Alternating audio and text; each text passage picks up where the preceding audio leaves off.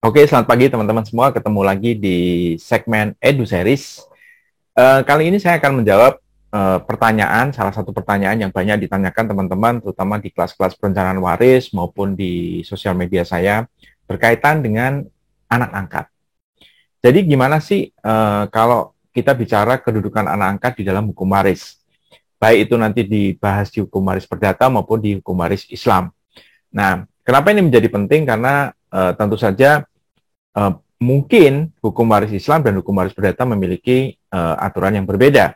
Dan kita akan bahas bagaimana kedudukan anak angkat di dalam hukum waris perdata dan di dalam hukum waris Islam, terutama kalau dikaitkan dengan hal yang berlaku di Indonesia. Oke teman-teman, yuk kita simak videonya.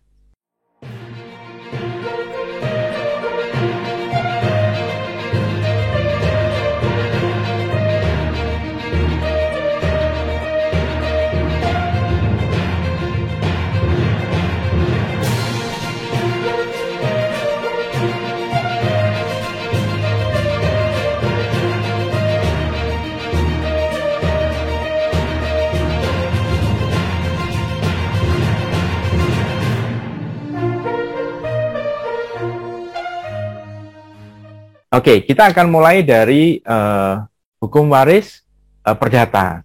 Jadi, apabila kita berbicara dari sudut pandang hukum waris perdata, proses adopsi atau pengangkatan anak itu dibolehkan, ya, diperbolehkan menurut hukum yang berlaku di Indonesia. Proses adopsi yang berlaku di Indonesia ada dua macam, ada yang memutuskan hubungan keperdataan anak dengan orang tua kandungnya. Jadi, dia putus hubungan perdata dengan orang tua kandungnya, dan ada yang tidak, gitu ya. Dan yang memutuskan hubungan keperdataan dengan orang tua kandungnya, dia akan menciptakan hubungan keperdataan baru dengan orang tua angkatnya. Jadi putus dari orang tua kandung, dia akan punya orang tua baru, yaitu orang tua angkatnya. Nah, proses adopsi atau pengangkatan anak yang seperti ini kita sebut sebagai adopsio plena. Ya, sedangkan tata caranya mengenai adopsio plena atau adopsi penuh biasanya ditetapkan dalam satu penetapan pengadilan, dan dia proses pelaksananya tunduk kepada Undang-Undang Nomor 23 Tahun 2002, yaitu Undang-Undang Perlindungan Anak, dan Peraturan Pemerintah Nomor 54 Tahun 2007.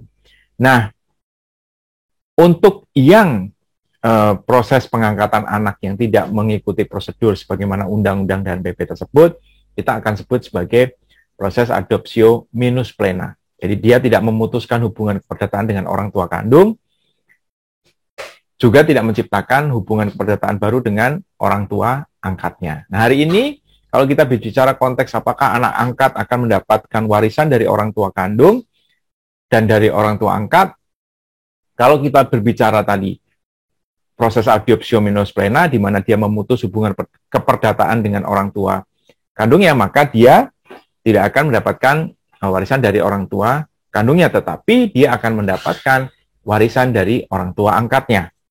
Itu anak-anak adopsio plena. Lalu bagaimana halnya kalau dia misalnya orang tua angkatnya membuat sebuah perjanjian dalam bentuk polis asuransi jiwa? Apakah anak-anak ini bisa menjadi penerima manfaat atau beneficiary? Ingat ya, antara ahli waris dengan beneficiary adalah dua hal yang berbeda. Karena antara harta waris dengan manfaat polis asuransi jiwa juga dua hal yang berbeda. Ada 6 perbedaan yang saya sudah pernah bahas di video yang sebelumnya. Dalam hal orang tua angkat membuat polis asuransi jiwa, dia bisa membuat anak angkatnya itu menjadi beneficiary, atau dia bisa menunjuk anak angkatnya menjadi beneficiary. Ya, nanti perusahaan asuransi akan minta namanya surat penetapan dari pengadilannya mana, kalau dia adalah anak angkatmu yang sudah menjadi anak-anak adopsio plena. Itu menurut hukum perdata. Lalu bagaimana halnya kalau kita berbicara hukum Islam? Di dalam hukum Islam, Islam secara khusus sebenarnya melarang proses adopsi anak atau pengangkatan anak. Hal ini jelas ditegaskan di dalam surat Al-Ahzab ayat 4 sampai dengan 5, 4 dan 5 sebenarnya. Dan ini dipertegas lagi dengan satu cerita di surat yang sama, surat Al-Ahzab ayat 36 sampai 40. Jadi diceritakan Rasulullah pernah dalam tanda kutip mengangkat seorang anak bernama Zaid bin Harisah, di mana langsung Allah memberikan peringatan di dalam surat Al-Ahzab bahwa kamu tidak bisa mengangkat anak, memutus nasab si anak dari orang tua kandungnya. Ya, jadi kalau dalam Islam yang diperbolehkan hanya anak asuh saja. Jadi tidak dikenal namanya adopsio plena di dalam hukum Islam. Karena tidak dikenal namanya adopsio plena di dalam hukum Islam, maka anak-anak angkat itu tidak bisa mendapatkan warisan dari orang tua angkatnya. Tetapi kalau orang tua angkatnya ingin melakukan kebaikan, ini sudah disebut juga di dalam surat Al-Ahzab ayat 5, kalau Anda mau melakukan kebaikan, maka lakukanlah melalui yang disebut dengan wasiat wajibah. Nah, wasiat wajibah bisa diberikan kepada anak angkat dengan mengikuti batasan dari wasiat, yaitu maksimal dari sepertiga dari harta orang tua angkatnya. Oke.